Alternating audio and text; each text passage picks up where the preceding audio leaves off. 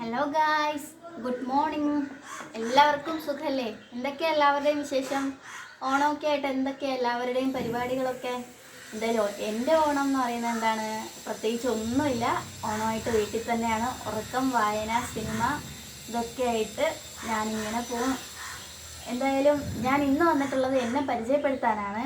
ഞാൻ ആരാണ്, എവിടെ നിന്നാണെന്നൊന്നും നമ്മുടെ പല സബ്സ്ക്രൈബേഴ്സിനും അറിയില്ല. എന്നാലും എന്നെ അറിയുന്നവരാണ് ഭൂരിഭാഗവും. എന്നെ അറിയാത്തവർക്ക് വേണ്ടി ഞാൻ എന്നെ പരിചയപ്പെടുത്തുകയാണ്. അപ്പോൾ എൻ്റെ പേര് തൊയ്ബ. ഞാനിപ്പോൾ വഴുതക്കാട് വിമൻസ് കോളേജിൽ BA മലയാളം ഫൈനൽ ഇയർ വിദ്യാർത്ഥിനിയാണ്. വീട്ടിൽ ഉമ്മ, വാപ്പ, 2 ഇത്താമാർ, ഒരു കാക്ക, ഒരു അനിയത്തി, പിന്നെ എൻ്റെ ഇളയിത്താക്ക് 3 കുട്ടികളുണ്ട്. അവരുടെ ഹസ്ബൻഡ് ഞങ്ങളുടെ വീട്ടിലുണ്ട്. പിന്നെ എന്താണ്, മൂത്തിത്താടെ ഹസ്ബൻഡ് ഗൾഫിലാണ്. പിന്നെ വാപ്പായും ഗൾഫിലാണ്. പിന്നെ 2 ഇത്താമാർക്കും ജോലിയൊന്നുമില്ല, കാക്കാക്കും ഇല്ല. ഞാൻ പറഞ്ഞല്ലോ. പിന്നെ എൻ്റെ അനിയത്തി +1 പഠിക്കുന്നു. അപ്പോൾ ഇതൊക്കെയാണ്. പിന്നെ ഇത്താടെ മക്കൾ ഒരാൾ 5ാം ക്ലാസ്സിലും ഒരാൾ 2ാം ക്ലാസ്സിലും, പിന്നെ ഒരാൾക്ക് 1 വയസ്സ് കഴിഞ്ഞിട്ട് കുറച്ച് ദിവസം ആവുന്നതേ ഉള്ളൂ. അപ്പോൾ ഇതൊക്കെയാണ് എൻ്റെ വീട്ടിൻ്റെ ഒരു അന്തരീക്ഷം. പിന്നെ എൻ്റെ വീട് തിരുവനന്തപുരം ജില്ലയിലെ ഭീമാപള്ളിയിലാണ്. ഈച്ച ശല്യം ചെയ്ത ഗൈസ്. അപ്പം തിരുവനന്തപുരം ജില്ലയിലെ ഭീമാപള്ളിയിലാണ് എൻ്റെ വീട്. പിന്നെ ഇനി എന്നെക്കുറിച്ച് കൂടുതൽ കാര്യങ്ങൾ എനിക്കിങ്ങനെ പറയാൻ പറ്റുന്നില്ല. എന്തായാലും യൂസഫ് എന്നോട് ചോദിക്കും, അതിനനുസരിച്ച് ഞാനിനി മറുപടി പറയാം. അപ്പോൾ കോളേജിൽ എന്തൊക്കെയുണ്ട് വിശേഷങ്ങൾ? കോളേജിൽ നല്ല വിശേഷം. ഓണാഘോഷമായിട്ട് എന്തെങ്കിലും പരിപാടി ഉണ്ടോ? പരിപാടി, ഓണം ആഘോഷങ്ങളൊക്കെ കഴിഞ്ഞ് കോളേജ് പൂട്ടി. ഇനി 23-ാം തീയതി തുറക്കും. കോളേജിൽ ഓണ ആഘോഷമൊക്കെ ഉണ്ടായിരുന്നു. യൂണിയൻ്റെ സെലിബ്രേഷൻ ഉണ്ടായിരുന്നു, ഡിപ്പാർട്ട്മെൻറ്റിൻ്റെ സെലിബ്രേഷനൊക്കെ ഉണ്ടായിരുന്നു. ഞാനും ഫ്രണ്ട്സും പിന്നെ എന്താണ് അടിച്ചു പൊളിച്ച് ഓണമൊക്കെ ആയിട്ട് അതൊക്കെ തന്നെയാണ് വിശേഷം. ഫ്രണ്ട്സ് ഉണ്ടോ അതോ ഒറ്റയ്ക്കാണോ? ക്ലാസ്സിൽ ഫ്രണ്ട്സ് ഉണ്ടോയെന്ന് ചോദിച്ചാൽ ഒറ്റയ്ക്കല്ല, ഫ്രണ്ട്സ് ഉണ്ട്. എല്ലാവരും ക്ലാസ്സിൽ എന്നോട് മിണ്ടാറുണ്ട്. പിന്നെ ഫ്രണ്ട്സേ ഉള്ളൂ കോളേജിൽ. കാരണം എന്ന് വെച്ചാൽ എനിക്ക് ഒരു 7 കൂട്ടുകാരികളുണ്ട്. പേര് പറയാമോ? പേര് പറഞ്ഞാൽ ആരെങ്കിലും ഒരാളെ വിട്ടുപോകും. ആ ഒരാൾ എന്നോട് ക്ഷമിക്കുക. എന്തായാലും ഞാൻ പറയാൻ ശ്രമിക്കാം. ദേവിക, ഐശ്വര്യ, അശ്വതി, പാർവതി, സ്നേഹ, കാർത്തിക, ധനുസൂയ. എന്തൊക്കെയാണ് ഹോബീസ്?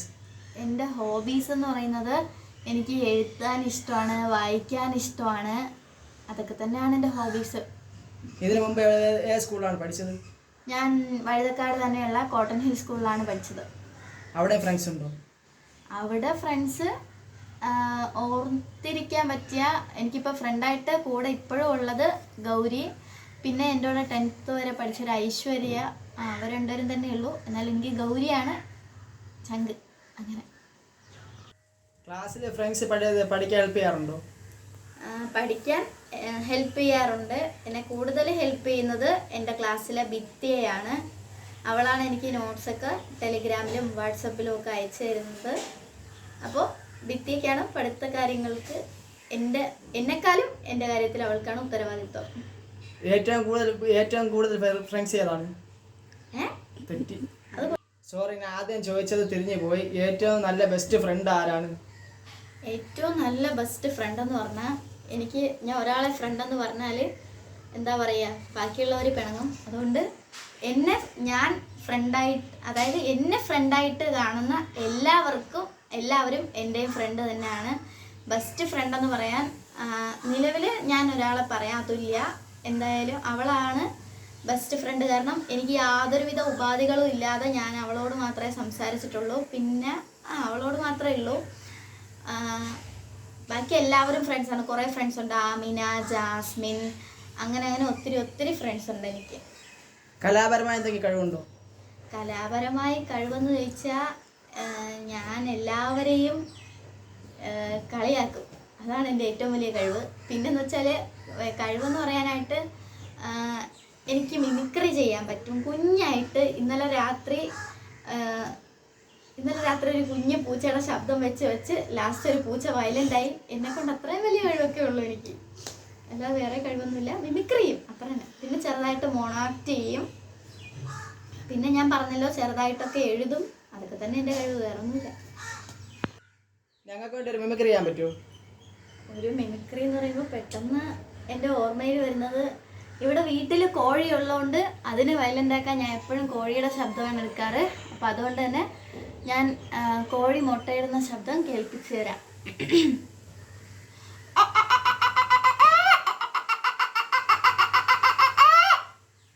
ഇത്രയൊക്കെ പറ്റുള്ളൂ. ഇനി എന്തെങ്കിലും ഉണ്ടോ എന്നെ പറ്റി അറിയാൻ? ഇനി ഒന്നുമില്ല, ഇത്രയും മതി. ഓക്കെ, അപ്പോൾ ഇത്രയൊക്കെ ഉള്ളൂ അവൻ എന്നോട് ചോദിക്കാൻ. അപ്പോൾ എന്തായാലും നമുക്ക് അടുത്തൊരു വീഡിയോയിലേക്ക് കൂടുതൽ കാര്യങ്ങളൊക്കെ വിശേഷങ്ങളൊക്കെ ആയിട്ട് കാണാം. അതുവരേക്കും എല്ലാവർക്കും ബായ്.